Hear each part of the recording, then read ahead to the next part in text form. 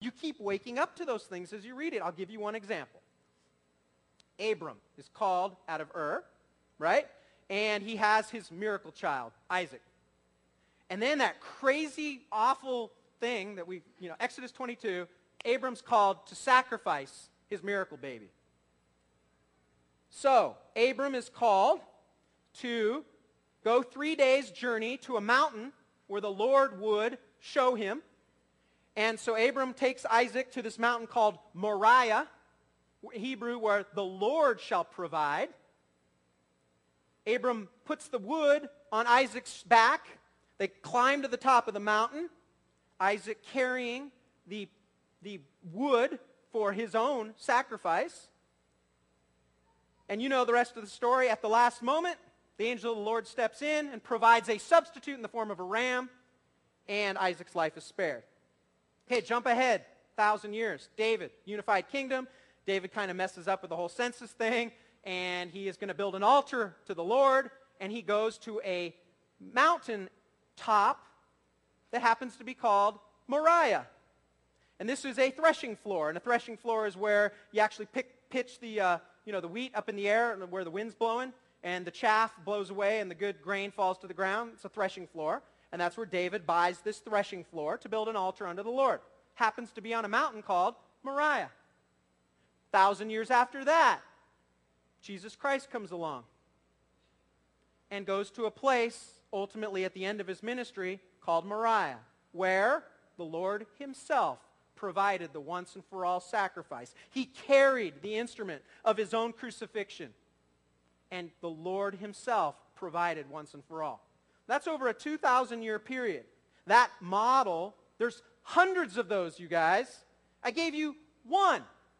There's hundreds of those. And if you read those as a skeptic, you're blown away. Where did this come from? The probabilities are staggering. Then I started looking at these historic prophecies. Surely, if this book has all these insights in it, you guys, I thought the Bible was for flat earthers. Okay? I mean, the Bible, yeah, it's a bunch of throwback flat earthers. You know that the Bible speaks, Job speaks of a kug in Hebrew, a sphere, that Isaiah said is hanging on nothing in space? You guys, this is a time where the ancients thought that the earth was a tablet, a slab of granite, riding on the back of cosmic turtles, riding on the back of cosmic elephants. Seriously, you guys, to say that the earth is a sphere hanging on nothing in space? Where did desert nomads even get this, if not but for divine inspiration? Okay, so what is divine inspiration? What is this? What is the test that the Bible truly comes from outside our space-time continuum? The Bible says it, declares it. Deuteronomy 18, prophecy.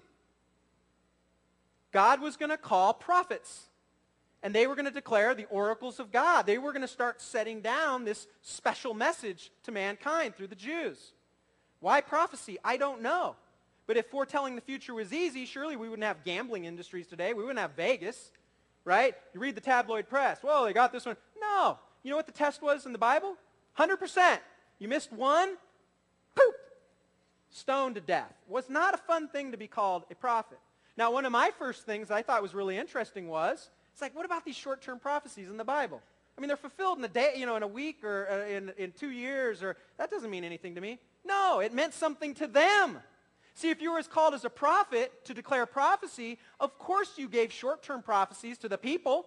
Why? Because then when they were fulfilled, they'd take you seriously on the medium and the long-term ones, right? They'd write them down. They'd keep the oracles of God. It's special. You are a divinely appointed prophet. Okay? Let me give you one example of the historic prophecies.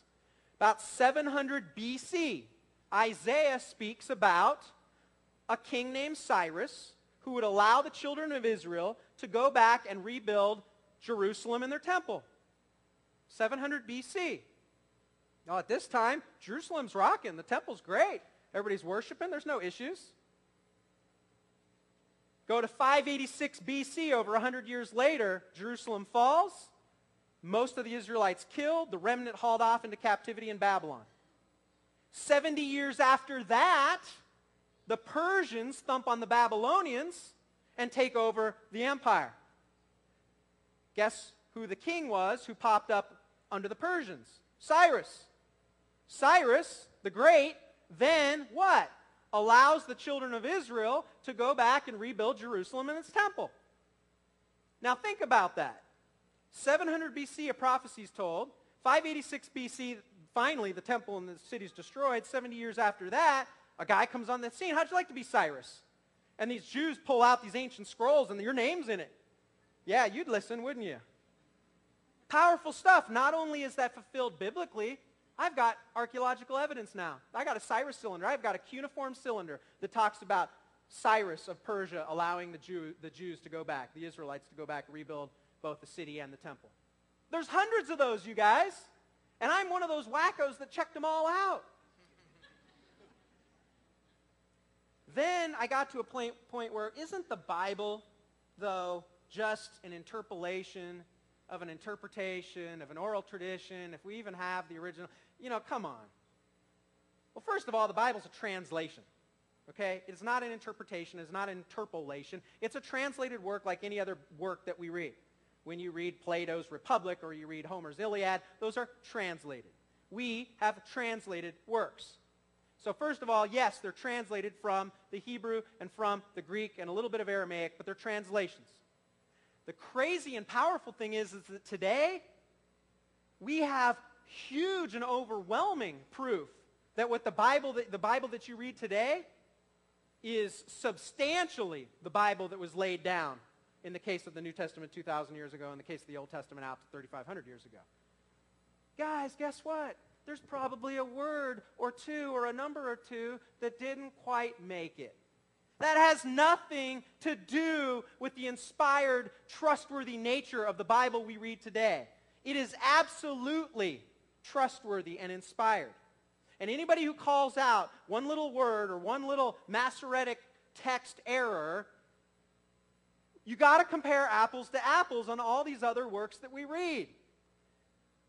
New Testament, you guys, we just passed 25,000 copies and fragments of the New Testament scriptures. Almost 6,000 of which are in the Koine Greek. A lot of Coptic, a lot of Syriac. When you line all of these scriptures up, textual criticism allows you to weed out the variants. We are in a position now in history like we've never been before. Within the last 100 years, we can trust this even more than we've ever been able to before.